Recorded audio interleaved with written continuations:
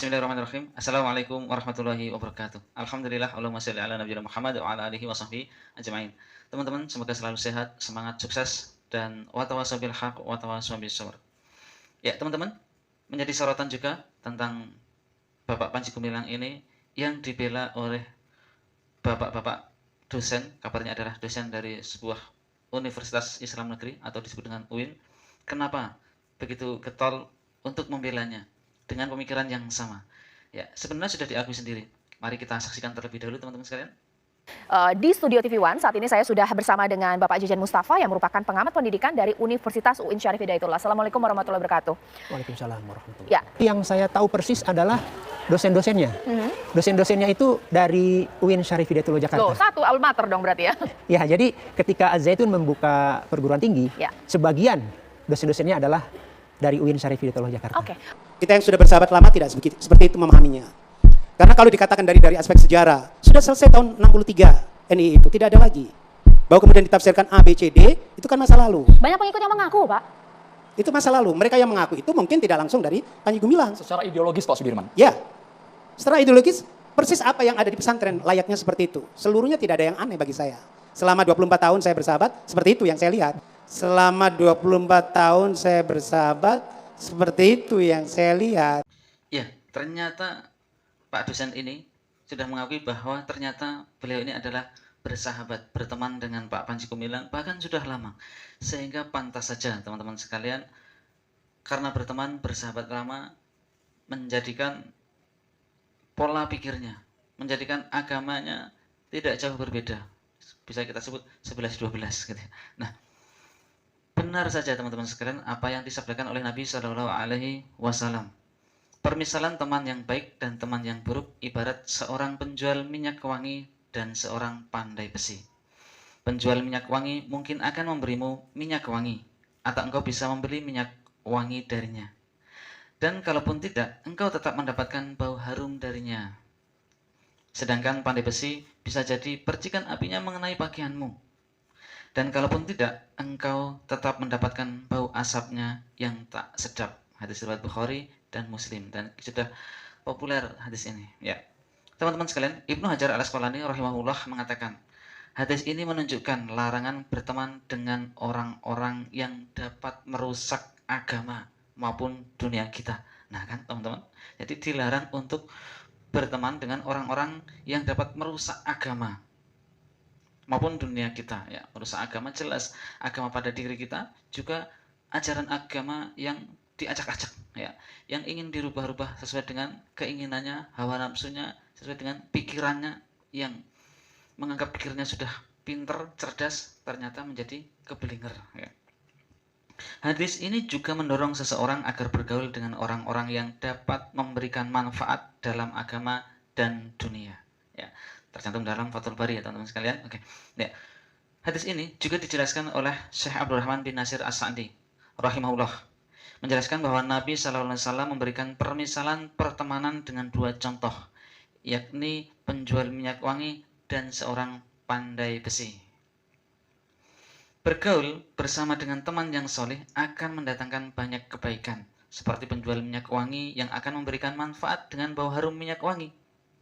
Bisa jadi dengan diberi hadiah olehnya, atau membeli darinya, atau minimal dengan duduk bersanding dengannya, engkau akan mendapat ketenangan dari bau harum minyak wangi tersebut.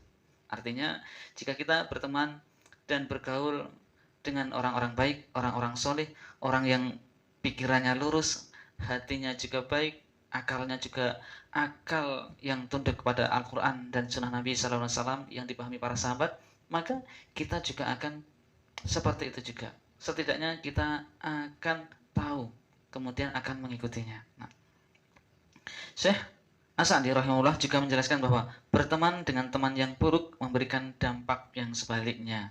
Ya, maksudnya sebaliknya dari teman yang baik, artinya akan menjadi ikut buruk juga. Orang yang bersifat jelek dapat mendatangkan bahaya bagi orang yang berteman dengannya, dapat mendatangkan keburukan dari segala aspek bagi orang yang bergaul bersamanya. Maka teman-teman sekalian yang dirahmati Allah Subhanahu wa taala, pantas saja Nabi Shallallahu alaihi wasallam ya mewanti-wanti ya. Dengan sabdanya, ar-rajulu 'ala dini khalilihi falyanzur ahadukum man yukhalilu. Seseorang itu bergantung pada agama temannya. Oleh karena itu, salah satu di antara kalian hendaknya memperhatikan siapa yang dia jadikan teman. Nah, ini menjadi pelajaran kita teman-teman sekalian.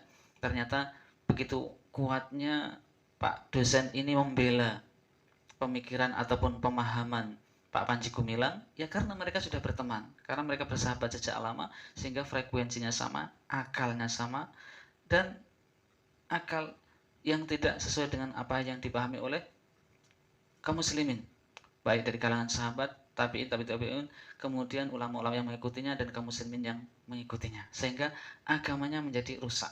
Agama pada dirinya, memahami agamanya, kemudian juga syariat agama ini ingin ditafsirkan sesuai dengan akalnya sendiri. Dan ternyata teman-teman sekalian, Allah Subhanahu wa taala memberikan kabar bagi orang-orang yang berteman dengan teman-teman yang buruk. Ya.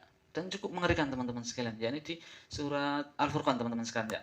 Coba kita buka surat Al-Furqan ayat ke 27 sampai ayat ke 29. A'udzubillahi minasyaitonirrajim.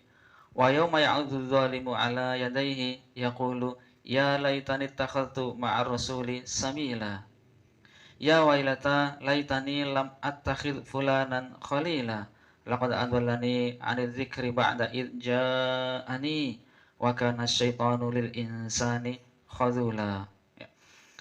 Yang artinya, dan ingatlah pada hari ketika orang-orang zalim menggigit dua jarinya, menggigit tangannya, menyesali perbuatannya, seraya berkata, wahai sekiranya dulu aku mengambil jalan bersama Rasul.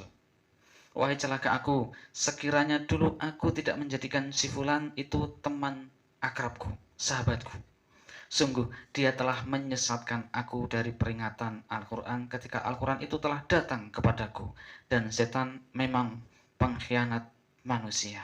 Nah, teman-teman sekalian yang dirahmati Allah Subhanahu wa taala, menjadi ibrah, menjadi pelajaran setiap kejadian-kejadian fenomena yang kita lihat sehari-hari, berita-berita yang kita lihat sehari-hari, untuk kita berhati-hati berteman, untuk berhati-hati bergaul, dan untuk berhati-hati di dalam mengambil ilmu. Dan juga yang sudah punya putra putri, untuk sekolah, untuk pondok, pilihlah pondok ataupun sekolah yang bermanhaj lurus, yang berakidah lurus, yang sesuai dengan pemahaman kaum muslimin. Semoga bermanfaat. Dan insya Allah jumpa lagi. Dan jangan lupa teman-teman sekalian yang belum subscribe, silahkan subscribe. Semoga menjadi kebaikan kita semua dan menjadikan kita watawasau bil haq watawasau bis sabr. Assalamualaikum warahmatullahi wabarakatuh.